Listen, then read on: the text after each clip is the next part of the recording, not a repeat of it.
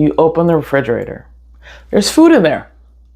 Maybe some vegetables, half a container of rice, cheese. Like there's a few things you bought earlier in the week with every intention of using. Technically, you have food, and yet the thought arrives anyway. I have nothing to make.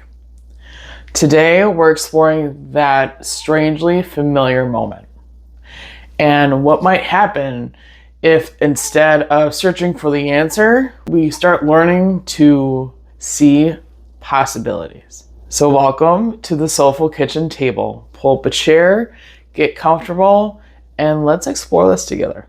Many of us have inherited or learned to think about cooking in finished dishes, right? Tacos, lasagna, chicken stir fry, soup or burgers even, just to give some examples. Because we see the finished meal first and then buy the ingredients required to make it. Sound familiar? Because recipes reinforce this way of thinking. Decide what you're making, gather what you need, and then follow the steps. There's nothing wrong with that. But when we don't have a finished dish in mind, suddenly the ingredients sitting in our refrigerator can feel strangely useless. We've learned to recognize meals more easily than we recognize possibilities. When we can't immediately see what everything is supposed to become, we assume we don't know what to do. And when we believe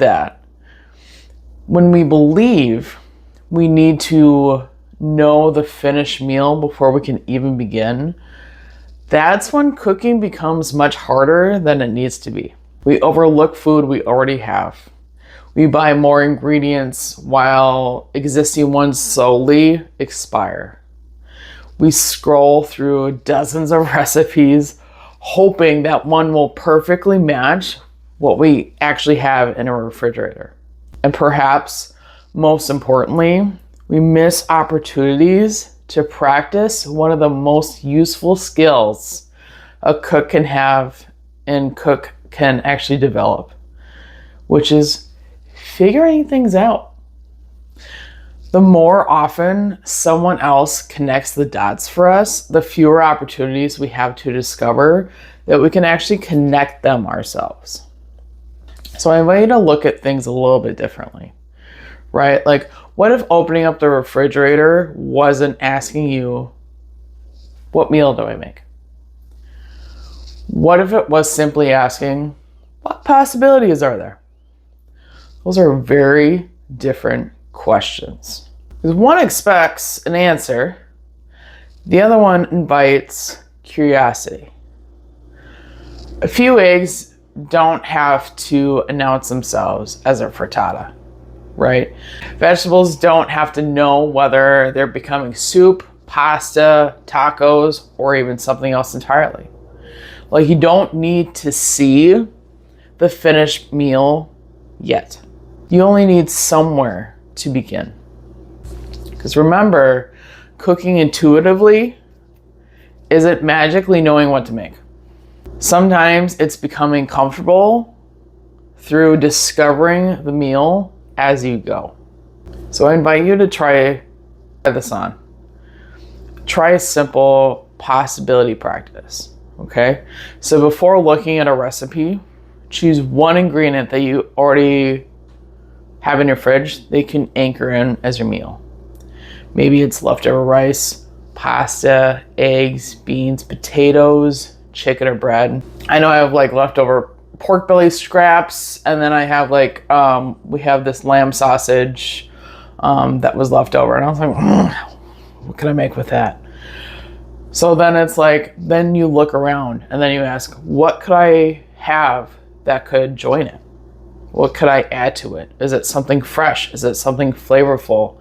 Is it something creamy, crunchy, spicy, bright, or even like comforting? So it's like having that main ingredient and then fusing it with something else, right?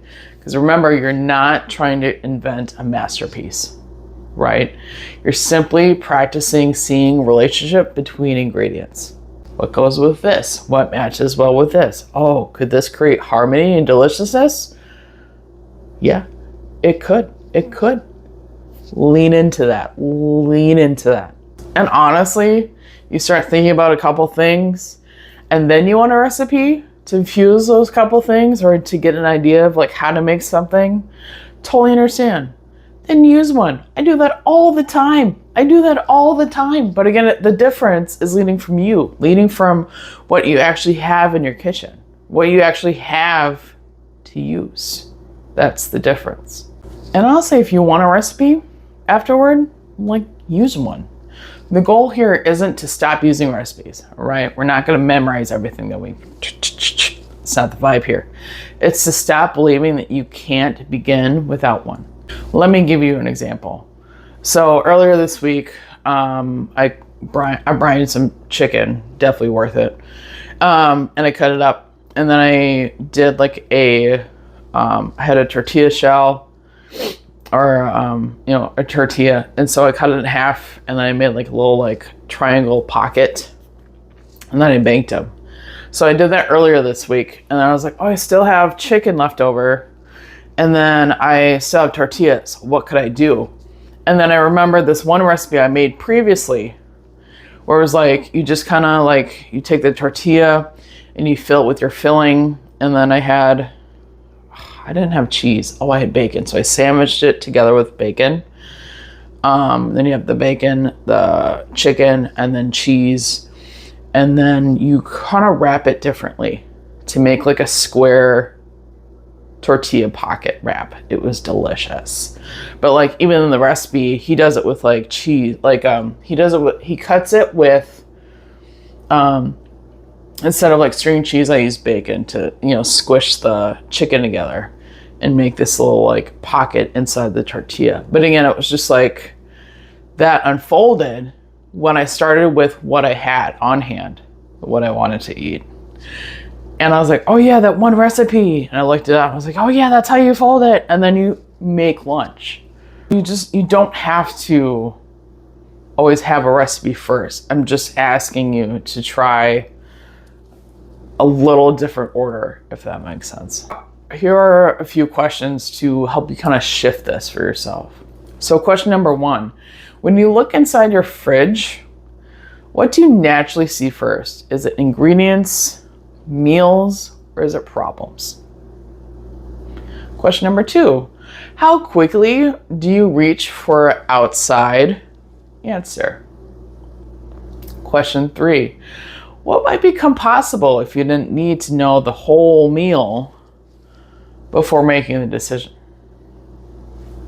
My invitation for you this week is before reaching for a recipe, spend 60 seconds with what you already have and choose one ingredient and then ask yourself, what could happen from here? And you don't have to make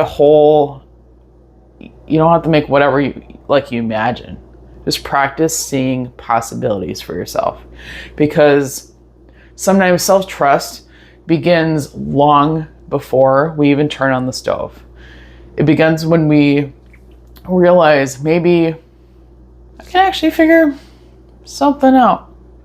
So thank you for spending a little time exploring with me today. And remember, you don't have to know exactly how something will turn out before you begin.